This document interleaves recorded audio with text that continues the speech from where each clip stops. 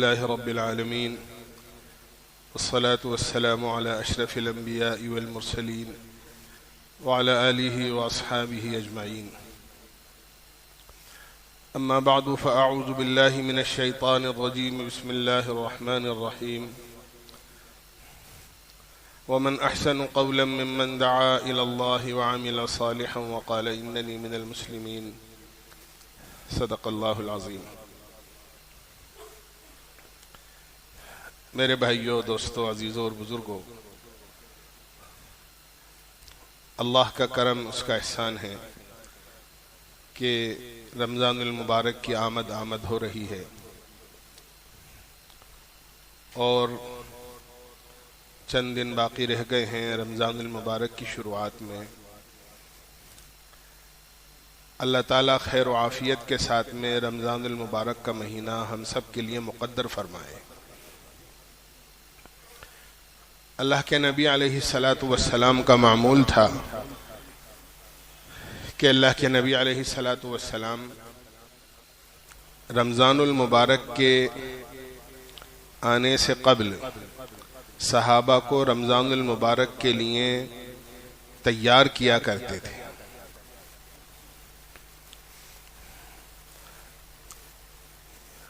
आप कहेंगे कि इसके लिए क्या तैयारी?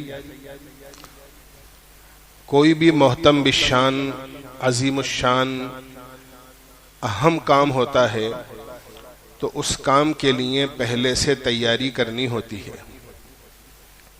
दुनिया के सारे कामों में हम लोग करते हैं, कोई सफ़र करना हो, कोई बच्ची की शादी का मसला हो, कोई और ऐसा अहम मामला हो जिसको हम अपनी नज़र में अहम समझते हैं, तो उसके लिए बहुत पहले से मशवरे होते हैं, कोशिशें होती हैं। आदमी उसके लिए अपना वक्त, जान, माल खर्च करता है ताकि जब उस काम का वक्त आए तो वो काम खुश उसलूबी के साथ अच्छे तरीके से उसकी अदायगी हो जाए। रमज़ानुल मुबारक का महीना जो तमाम तर बरकतों को समेटे हुए अल्लाह के बंदों की तरफ हर साल मुतवज्जे होता है, अल्लाह के नबी अलैहिस्सलातु वस्सलाम इसके लिए तो बहुत ज़्यादा एहतिमाम फरमाया करते थे।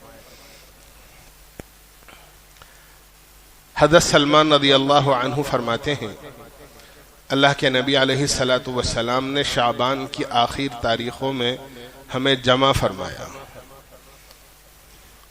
और जमा फरमाकर हमें अपनी तरफ मुतवज्जे किया और कहा कि गौर से सुनो, क़द अज़ल्लकुम शहरुन अज़ीम शहरुन मुबारक।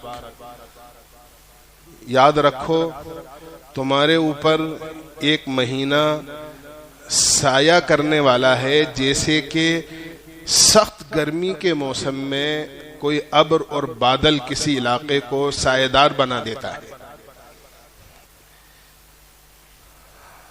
हम इससे अच्छी तरह वाकिफ हैं कि सख्त दोपहर के वक्त, जिस वक्त कड़ाके की गर्मी पड़ रही हो और सूरज अपने शबाब पर हो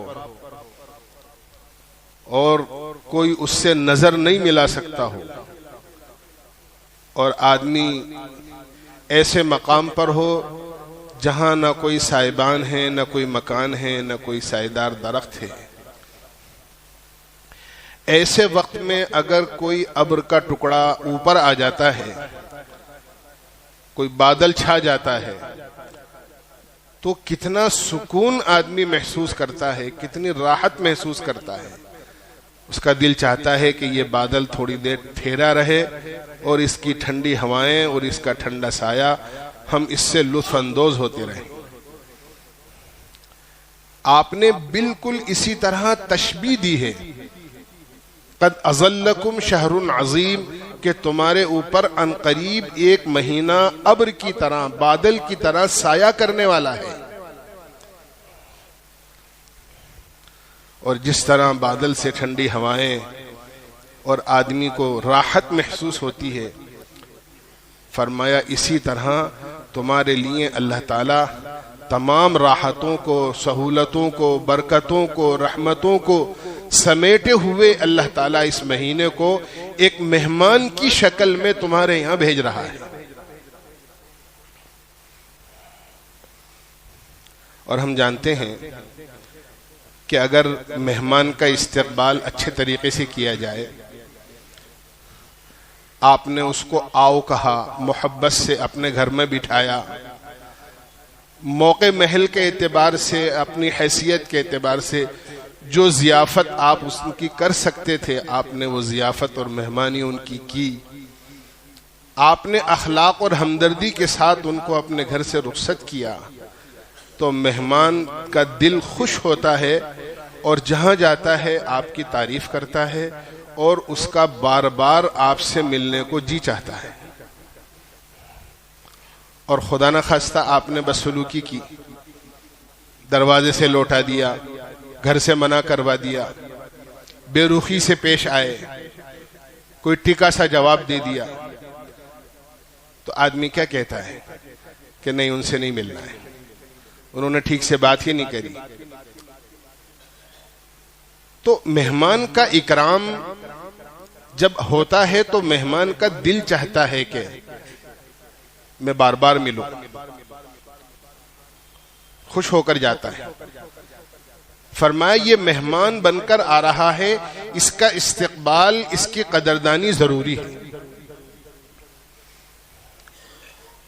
अब एक तो माहौल के एतबार से इसकी कदरदानी और इसकी तैयारी और इसका इस्तकबाल, कभी रमजानुल मुबारक आ रहा है, भाई सोचो सहरी में क्या खाएंगे, भाई सोचो इफ्तार में क्या होना चाहिए। पहले से आदमी घर में चीजें और अशिया और खाने पीने के सामान जमा करना शुरू कर देता है। ये नहीं है। इससे तो हालांकि गैर इख्तियारी तौर पर अल्लाह इस महीने में मोमिन का रिस्क बढ़ा देते हैं। इसमें कोई शक नहीं है, लेकिन आदमी इरादतन अपने औकात को खाने पीने के अंदर ही मसरूफ रखे, ऐसा नहीं करना चाहिए। बल्कि रमजानुल मुबारक का असल इस्तकबाल, उसकी तैयारी तो ये है कि रमजानुल मुबारक का चांद दिखने से लेकर ईद का चांद दिखने तक एक लम्हा भी अल्लाह की मर्जी के खिलाफ नहीं गुजरे।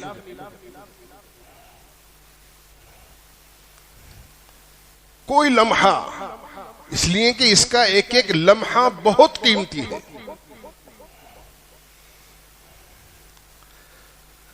जनाब रसूलुल्लाह सल्लल्लाहु अलैहि वसल्लम ने इरशाद फरमाया, जिसका मफहूम यह है कि रमजानुल मुबारक में जो अल्लाह की रहमतें और बरकतें बंदों पर उतरती हैं, वो इतनी कसीर तादाद में होती हैं कि पूरी साल में जो रहमतें और बरकतें बंदों की तरफ उतरती हैं वो तो कतरे के बराबर हैं, और रमजानुल मुबारक की रहमतें बरकतें समंदर के बराबर हैं। अब कतरे को समंदर से क्या हैसियत हासिल है, उसका क्या मुकाबला है उससे। ऐसे मौके पर आदमी अल्लाह की रहमत से महरूम हो जाए, बरकतों से महरूम हो जाए, ये कितनी बड़ी महरूमी है। और ऐसा नहीं है, होते हैं बहुत से ऐसे लोग जिनके दिल सियाह हो चुके होते हैं, गुनाहों की कसरत से उनके ऊपर ऐसे पर्दे पड़ चुके होते हैं जिनके बारे में कुरान करीम में अल्लाह ने फरमाया है, खतमल्लाहु अला कुलूबिहिम व अला समइहिम व अला अबसारिहिम गिशावा। अल्लाह ने उनके दिलों पे मोहर लगा दी। कोई बात कान में जाती ही नहीं है, दिलों पर कोई बात असर करती ही नहीं है, क्योंकि पर्दे पड़े हुए हैं। हदीस कहती है, अल्लाह के नबी मिंबर पर तशरीफ फरमा हो रहे हैं, हर सीढ़ी पर कदम रखकर फरमाते हैं आमीन। और सहाबा पूछ रहे हैं आपसे बाद में कि अल्लाह के नबी, आज हमने आपको मिंबर पर चढ़ते हुए ऐसी बात कहते हुए सुना कि इससे पहले कभी ऐसी बात नहीं सुनी थी।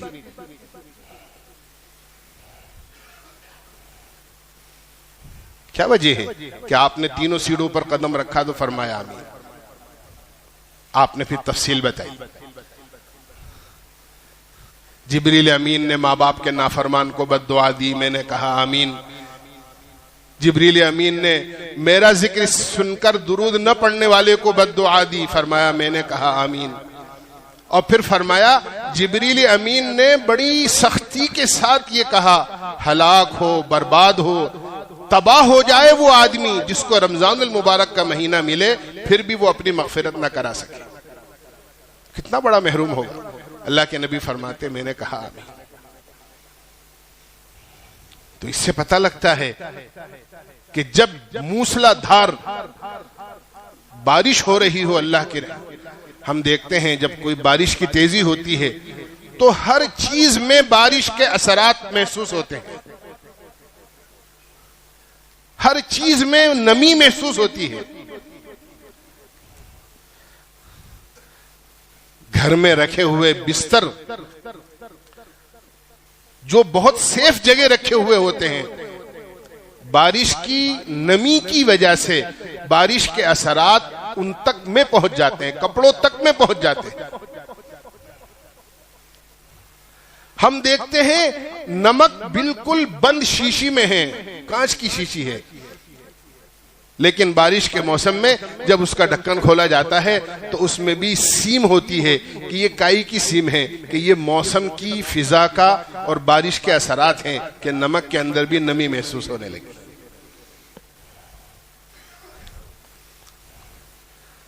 तो जब अल्लाह की रहमतें और बरकतें बेशुमार नाजिल हो रही हों और हर एक उससे फैज़याब हो रहा हो, तो वो शख्स कितना बड़ा महरूम होगा कि उस रहमत का कोई हिस्सा उस तक नहीं पहुंच सके। ऐसे कौन लोग होते हैं?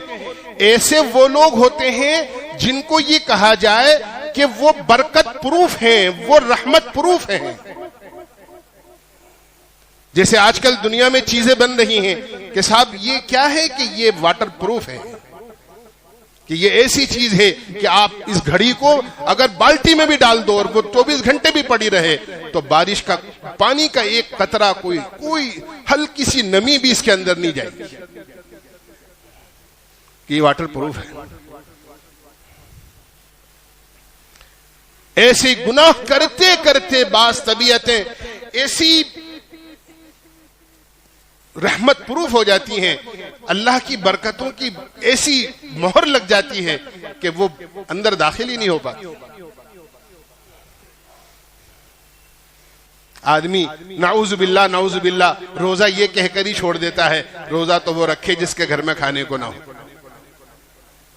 ये मुसलमान कह रहा है। इसलिए मेरे भाइयों, दोस्तों, बुजुर्गों, अल्लाह का इंतहाई शुक्र करना चाहिए और अपने गुनाहों से डरना चाहिए कि गुज़श्ता साल हमारा रमजान का कैसा गुजर चुका है और कितने अल्लाह के बंदे और बंदियां ऐसे हैं जो इन 2 साल के अरसे के अंदर अल्लाह को प्यारे हो गए। इसलिए इसका एक एक लम्हा और इसकी एक एक घड़ी उसकी हम कदर करें, उसके लिए पहले से अपने आप को तैयार करना है। क्यों? कि ये हमारी सारी जिंदगी के पाप और गुनाहों को माफ करा देगा, साल भर की सारी गंदगियों को दूर करा देगा।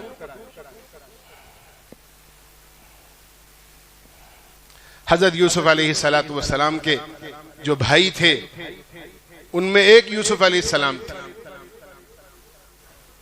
यूसुफ अलैहिस्सलाम के अलावा जितने भाई थे सब गलती करने वाले थे। उनको कुएं में डालने में सारे भाई शरीक थे, यानी सबसे गलती हुई। लेकिन एक अरसे के बाद में जब यूसुफ अलैहिस्सलातु वस्सलाम से उनकी मुलाकात हुई और जब उन्होंने ये कहा कि आप हमारी मग़फ़िरत की दुआ कर दें, तो यूसुफ अलैहिस्सलाम की दुआ की बरकत से अल्लाह ने सारे भाइयों के गुनाहों को माफ कर दिया। तो साल के 11 महीने जो हमसे गलतियां हुई हैं, अल्लाह की नाफरमानियां हुई हैं, और जो कुछ कमियां हमसे आमाल में हुई हैं, अल्लाह रमजानुल मुबारक की बरकत से इंशाअल्लाह वो 11 के 11 महीनों की गलतियां माफ कर देगा। क़यामत में अल्लाह के दरबार में तो लोग अपनी इबादतें ऐसी लेकर आएंगे, मैं क्या अर्ज करूं। हज़रत सुलेमान, अबू सुलेमान दारानी रहमतुल्लाह अलैह बड़े अल्लाह के इबादत गुजार थे। एक दफा तहज्जुद की नमाज पढ़ी, नमाज पढ़ते पढ़ते दुआ में हाथ उठा रखे थे, उसी हाल में नींद आ गई, हाथ उठे उठे नीचे हो गए,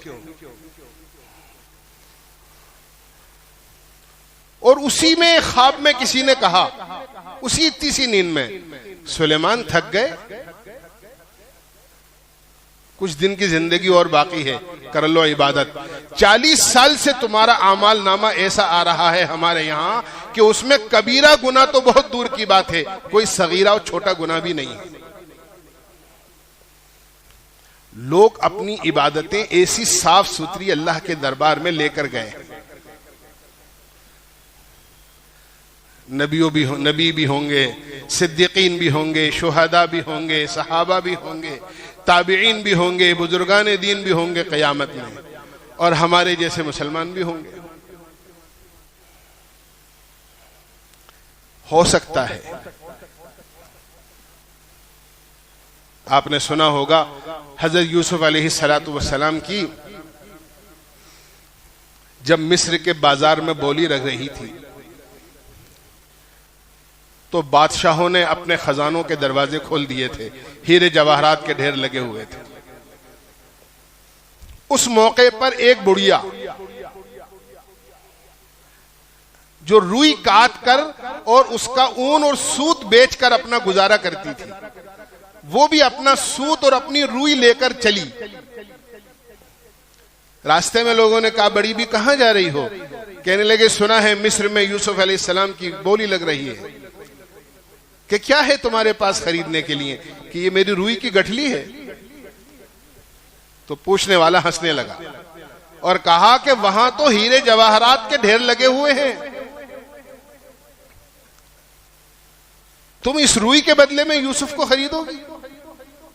कहने लगे, ये तो मैं भी जानती हूं कि उनको नहीं खरीद सकती, लेकिन क़यामत में वो अल्लाह के नबी हैं, उन लोगों की फेरिस्त अल्लाह के सामने सुनाई जाएगी कि मेरे यूसुफ को ऐसी कसमा पुरसी की हालत में, जबकि न उसका बाप था, न उसकी मां थी, न उसके भाई थे, न उसका घर और दर था, लोग अपने घर ले जाने के लिए अपने सोने चांदी के ढेर लगाए हुए थे। बताओ कौन कौन था उस वक्त में मेरे यूसुफ का खरीदार? तो जहां उन मालदार और सरमाएदारों के नाम गिनाए जाएंगे, वहां इस बुढ़िया का नाम भी गिनवाया जाएगा, और ये पूछा जाएगा किसने क्या क्या पेश किया। तो जहां उनके जवाहरात होंगे, वहां मेरी रुई की गठली भी होगी।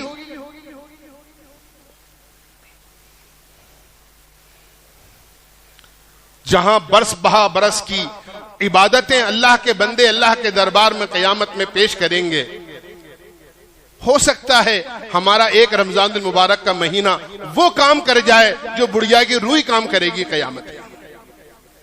कि अल्लाह, हम पूरी जिंदगी तो ऐसी पेश नहीं कर सकते जो तेरी खुशनुदी के मुताबिक हो, लेकिन रमजान का एक महीना तेरे दरबार में ऐसे लेकर आए हैं कि इसमें हमने तेरी नाफरमानी नहीं की। आदमी कोशिश करे, क्यों नहीं कर सकता? इसलिए मेरे भाइयों, दोस्तों, बुजुर्गों, रमजान बहुत करीब आ रहा है। अल्लाह के नबी अलैहिस्सलातु वस्सलाम का मामूल था, अल्लाह के नबी अलैहिस्सलातु वस्सलाम रमजानुल मुबारक जब आता था तो 3 चीजों में नुमाया तौर से इजाफा हो जाया करता था। 3 चीजों में, एक तो अल्लाह की इबादत में बहुत कसरत से इजाफा हो जाता था। यूं तो आम इबादतें आपकी ऐसी थी, हदीस में आता है कि यतवर्रत कदमाहु, अल्लाह के नबी अलैहिस्सलातु वस्सलाम ऐसी इबादत करते थे कि आपके कदम मुबारक देर तक रात को तहज्जुद के लिए खड़े होने की वजह से वर्म आलूदा हो जाते थे। ये तो आम इबादत थी, लेकिन रमजानुल मुबारक में इसमें बहुत ज्यादा कसरत से इबादत में इजाफा हो जाता है। पहली चीज। दूसरी चीज, अल्लाह के नबी अलैहिस्सलातु वस्सलाम दादो दहिश में, खैरात और सदकात में इतनी ज्यादा कसरत फरमाया करते थे कि उलमा ने लिखा है कि जैसे तेज आंधी होती है, तेज आंधी, बिल्कुल तेज आंधी की तरह अल्लाह के नबी अलैहिस्सलातु वस्सलाम सखावत का दरवाजा खोल दिया करते, सदका और खैरात। न मांगने वाले महरूम होते थे और न बगैर मांगे वाले महरूम होते थे। एक आदमी है, अपने आप को छुपाए हुए है, जरूरतमंद है, अल्लाह के नबी अलैहिस्सलातु वस्सलाम उस तक पहुंचाने का एहतमाम फरमाते। हम भी रमजानुल मुबारक के अंदर अल्लाह का शुक्र है, अल्लाह के बंदे खूब सदका भी करते हैं, खैरात भी करते हैं, लोगों पर, अल्लाह के बंदों पर खर्च भी करते हैं, अपने ज़कात के फरीज़े को भी अदा करते हैं। लेकिन मैंने इससे पहले भी अर्ज किया था कि हर चीज की हुदूद मुतय्यन की है, हमें खर्च करना है, लेकिन यह हमारे गाढ़े पसीने की कमाई, हलाल की कमाई, इसमें जो हिस्सा शरीयत ने फर्ज किया है वो हिस्सा हमारा सही जगह पर जा रहा है या नहीं जा रहा। जैसे नमाज के लिए आदमी को इस बात की तहकीक जरूरी है, वक्त हुआ नहीं हुआ, किबले का रुख सही हुआ नहीं हुआ, मेरी पाकी और वुजू सही हुआ या नहीं हुआ, जिस जगह पर मैं नमाज खड़े होकर पढ़ रहा हूं वो नमाज मेरी वो जगह सही है या नहीं है। जैसे ये सब चीजें नमाज के अदायगी और उसकी कबूलियत के लिए जरूरी है, ऐसे ही नमाज की तरह ज़कात का फरीजा भी जरूरी है। अल्लाह ने कुरान में नमाज को और ज़कात को साथ साथ बयान किया है, अकीमुस्सलाता व आतुज़ ज़काता इक़ामस्सलाती व ईताइज़ ज़काती। नमाज को और ज़कात को अल्लाह ने साथ साथ बयान किया है कि नमाज की अदायगी का जिस तरह और उसकी सेहत का तुम और उसकी कबूलियत की जिस तरह फिक्र करते हो, ज़कात को भी सही अदा करने की फिक्र करो। तहकीक करो आप कहां दे रहे हो, किसको दे रहे हो, आपका फरीजा सही जगह अदा हो रहा है नहीं और हो रहा, और नहीं जानते हो तो आप पूछो जानने वालों से, जानने वालों से पूछो, ताकि ज़कात का फरीजा। जैसे आप कहीं ऐसे मकाम पर हैं कि आप भूल गए कि रात का मौका है, किबला किधर है, मुझे इशा की नमाज पढ़नी है या फजर की नमाज पढ़नी है, आप किसी से ही पूछते हैं भाई जरा बताओ सूरज किधर डूबता है, लोगों ने बताया कि हाँ इधर डूबता है, आपने उधर नमाज पढ़ी, आपको मालूम हो गया कि किबला किधर है।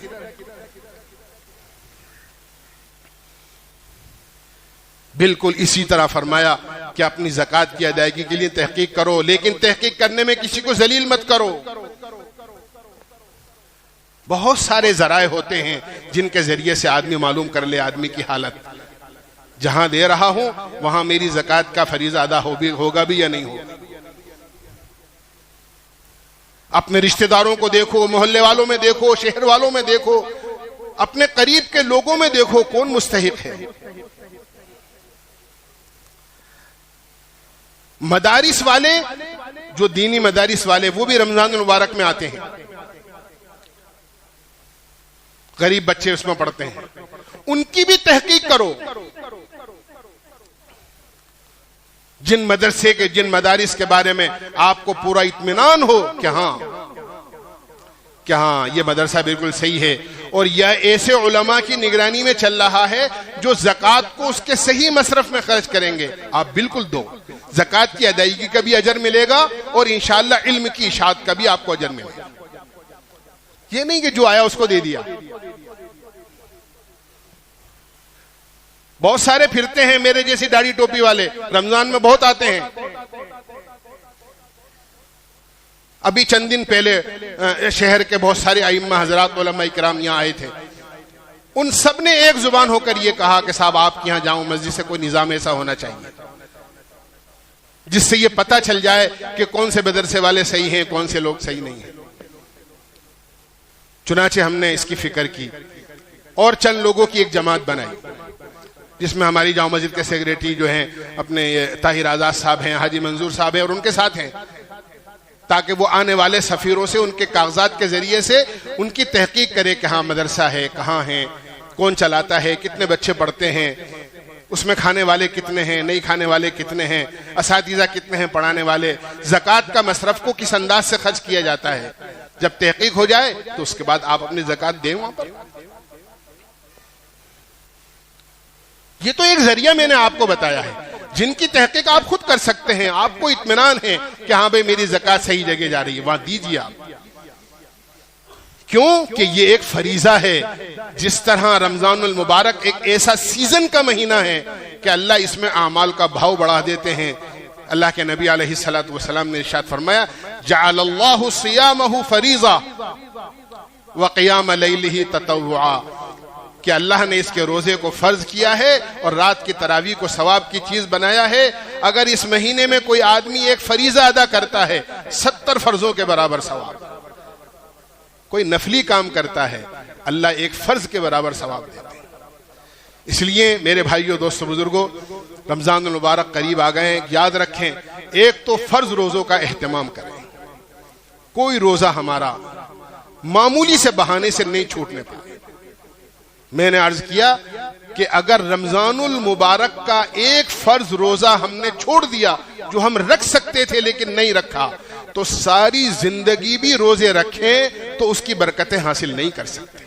यह हदीस की बात है, सारी जिंदगी भी उसकी बरकतें हासिल नहीं हो सकती।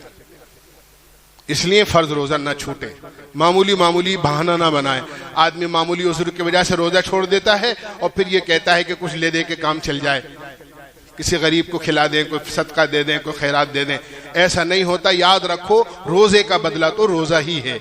अब रखो, नहीं रख सकते हो तो बाद में कज़ा करो। इसलिए फर्ज रोजों का एहतमाम करें। रोजाना 20 रकात तरावी एहतमाम के साथ पढ़ो। ऐसा नहीं कि 10-5 दिन पढ़ ली और फिर छोड़ दी। पूरे महीने 20 तरावी सुन्नत मुअक्कदा है, जमात के साथ मस्जिद में जाकर पढ़ोगे तो मस्जिद में मस्जिद का भी सवाब मिलेगा। बाकी पढ़ने की तो घर में भी इजाजत है तरावी की, लेकिन घर में पढ़ने का मतलब ये नहीं है कि फर्ज नमाज भी इशा की घर ही में पढ़ लो। फर्ज नमाज तो मस्जिद में आकर पढ़नी चाहिए, फिर तरावी आप कहीं भी जाकर पढ़ो। बल्कि मैं अर्ज करता हूं कि जैसे अर्ज किया कि गुज़श्ता साल गुजर गया, जैसा भी गुजरा, रमजान मुबारक का महीना ऐसा आता है, ऐसी मसाजिद में तरावी पढ़ो जहां कुरान करीम का कुछ न कुछ खुलासा आपको समझाया जाता है, ताकि हम समझें कुरान कितनी बड़ी दौलत है और कितनी बड़ी नेमत है, और ये हमारा कानून जिंदगी और दस्तूर हयात है, और अल्लाह की कैसी पाकीज़ा और किताब है जो अल्लाह ने हमें दी है। कुरान करीम से बेरुखी की वजह ही है कि आज लोग ये कह रहे हैं कुरान की इतनी आयतों को कुरान से निकालते। क्यों? कि हमने खुद ने कुरान को छोड़ दिया ना। हम में से पूछा जाए कितने लोग कुरान पढ़े हुए हैं तो सब पता चल जाएगा कितने पढ़े हुए हैं, कितने नहीं पढ़े। इसलिए तरावी में कुरान करीम ऐसी जगह सुनने का एहतमाम करो जहां कुछ न कुछ कुरान करीम का खुलासा बताया जाता है, ताकि हमें पता चले कि अल्लाह कुरान में हमसे क्या कह रहे हैं। अपनी ज़कात को पूरे तौर पर हिसाब लगाकर अदा करने का एहतमाम करो। 24 घंटे का निजाम बनाओ कि हमारा सुबह उठने से लेके रात को अपने बिस्तर पर आराम करने तक रमजान मुबारक का कोई लम्हा हमारा ज़ाया ना हो। हमारी जरूरियात भी पूरी हो जाएं, हमारे काम दुनिया के जो है वो भी पूरे हो जाएं, और अल्लाह की इबादत में किसी किस्म की कमी ना आए। इसका एहतमाम हमें करना है। अल्लाह ताला हमें अमल की तौफीक नसीब फरमाए। व आखिर दावाना अल्हम्दुलिल्लाह।